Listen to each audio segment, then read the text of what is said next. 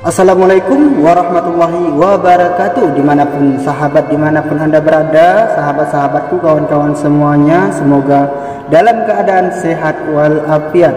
Baik, kali ini kita akan tetap memberikan pembahasan info-info yang menarik, tentunya seputaran kaum Wahabi, yang dimana kemarin itu saya pernah membuat video tentang pengalaman dan bagaimana paham-paham Wahabi tersebut. Ada yang berkomentar, ya kamu berilmu enggak, ini itu enggak, dibilanglah saya berdusta atas cerita apa yang saya sampaikan, padahal nyatanya tidak sesuai yang saya alami di dalam komunitas pengajian Wahabi. Beberapa kali saya ikuti, bahkan lama saya mempelajari tentang paham Wahabi ini.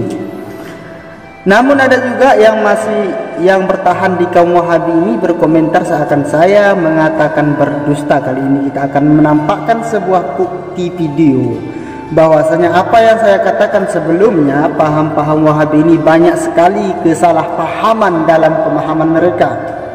Salah satunya coba kita lihat video ini, yang mana seorang Ustadz Wahabi mengatakan Ustadz Abdul Somad sesat, Muhammadiyah sesat, firqah dallah segala macam. Ini kan menandakan bukti bahwasanya mereka memang selalu gagal paham.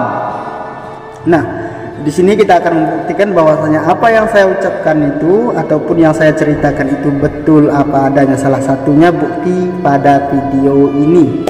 Walaupun akhirnya Ustadz tersebut memohon maaf, mengklarifikasi, membuat sebuah video perminta maafan. Nah, tapi ini alhamdulillah ya, masih ada kesadaran.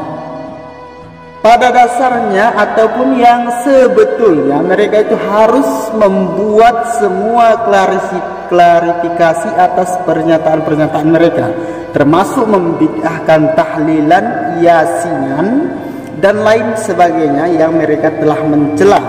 Termasuk lagi ini yang paling fatal, yang mereka mengatakan akidah Abu Hasyim al-Asy'ari itu sesat. Ini juga harus perlu diklarifikasi. Kenapa? Karena tidak sesuai dengan apa yang mereka sampaikan. Kita bisa buktikan bahwasanya yang mereka katakan itu semuanya salah, nol besar. Sekali lagi saya ingatkan, kita di sini adalah untuk berbagi informasi. Kita bukan bermaksud menggurui, sok pintar dan lain sebagainya. Namun kita sebagai umat Islam tentulah berkewajiban untuk saling mengingatkan dalam kebaikan. Nah, setelah kita nanti berbincang-bincang, saya selalu katakan, kawan-kawan, kalaulah memang kalian sudah yakin dengan paham Wahabi itu, ya itu kan terserah kalian. Cuman kan saya hanya memberikan sebuah gambaran ataupun jalan berpikir supaya kawan-kawan itu berpikirnya lebih luas. Karena menurut pengalaman yang saya alami sewaktu dalam komunitas kaum Wahabi yang saya ikuti itu memang mengakunya bermanhaj salafi. Tapi anehnya kan, yang saya alami di situ banyak sekali pernyataan-pernyataan ustadz-ustadz Wahabi ini ataupun kaum-kaum Wahabi ini tidak sesuai dengan realita. Di sini saya bukan asal ngomong segala macam. Kita akan buktikan, kita akan berikan bukti bahwasanya yang saya ucapkan ini memang realita pengalaman. Sesuai, bukan berdusta, bukan mengarang. Contoh ini, mereka kan mengaku manhaj salaf, yes, sehingga orang lain kan ketika dikatakan manhaj salaf itu kan orang, waduh, subhanallah, ini ilmiah pembahasannya ini, gitu kan. Tapi begini kawan-kawan, ya kenapa tadi saya katakan tidak sesuai?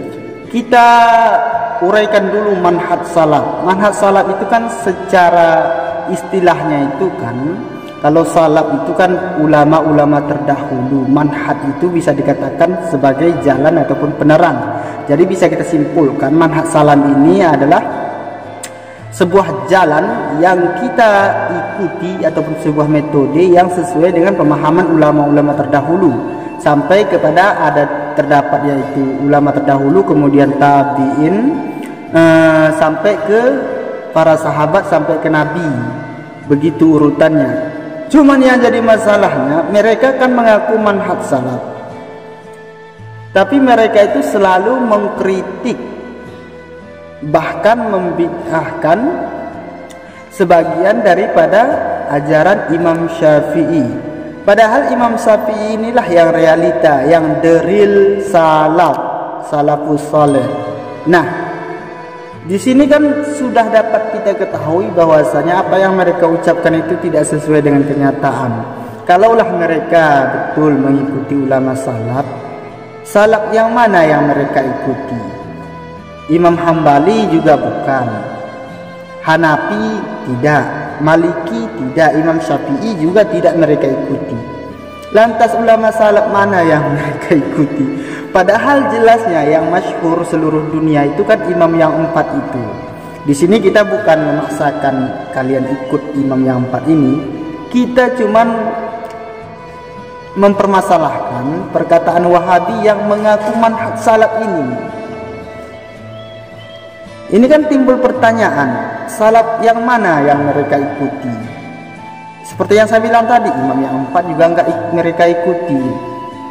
Padahal yang banyak mereka ambil referensi itu yaitu daripada Syekh Albani, kemudian imam dan lain sebagainya, yang mereka itu tidak lagi termasuk ulama salaf. Kenapa? Karena sudah jauh dari masa Nabi, kemudian sahabat, tabi'in, kemudian ulama salafus saleh tersebut, yang mana kalau Syekh Albani itu, kalau kita baca sejarah, itu sudah jauh ke belakang, jadi tidak lagi termasuk salaf.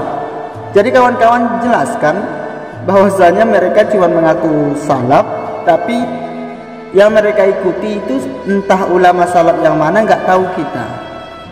Jadi ini tidak sesuai kan? Jelaskan. Jadi jangan nanti dikatakan saya berdusta.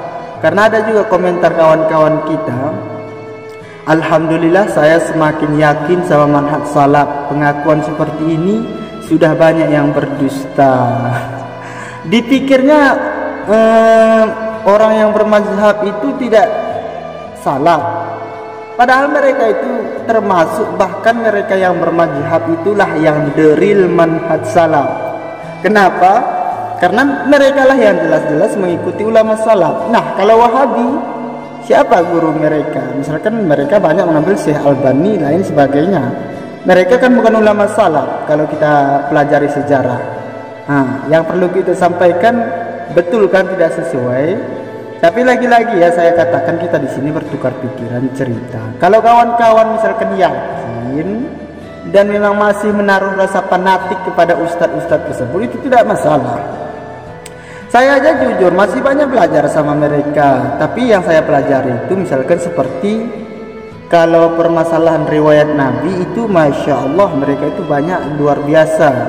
Seperti Sirah Nabawiyah itu kan, itu memang cerita sejarah-sejarah Nabi yang mereka uraikan itu memang sesuai.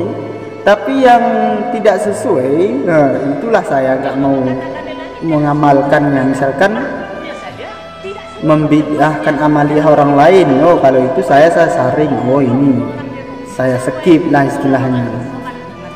Jadi begitu kawan-kawan yang perlu saya sampaikan di sini. Saya bukanlah mengada-ngada.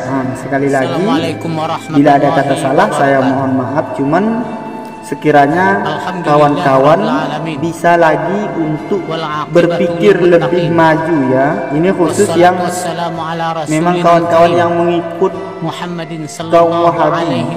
Kalau misalkan kawan-kawan yang ada yang bermazhab Syafi'i ataupun Maliki, ataupun ada saudara kita yang dari Muhammadiyah atau NU dan lain sebagainya, itu mereka memang wawasannya sudah jelas, sehingga mereka tidak ada yang namanya membid'ah-bid'ahkan, tidak mudah membid'ahkan apalagi mengkafirkan seperti kaum Wahabi. Jadi cukup sekian kawan-kawan ya, agar kiranya kawan-kawan itu jangan berpikir sempit. Ilmu agama ini luas seluas-luasnya. Bukan berarti kalau ada kaum yang berbeda dengan kita mereka itu sesat dan lain sebagainya. Bisa saja mereka mempunyai literatur yang tertentu dan mempunyai metode pembelajaran tersendiri. Cukup sekian. Mari kita bangun persatuan, jangan lagi ada terpecah belah di antara kita. Wassalamualaikum warahmatullahi wabarakatuh.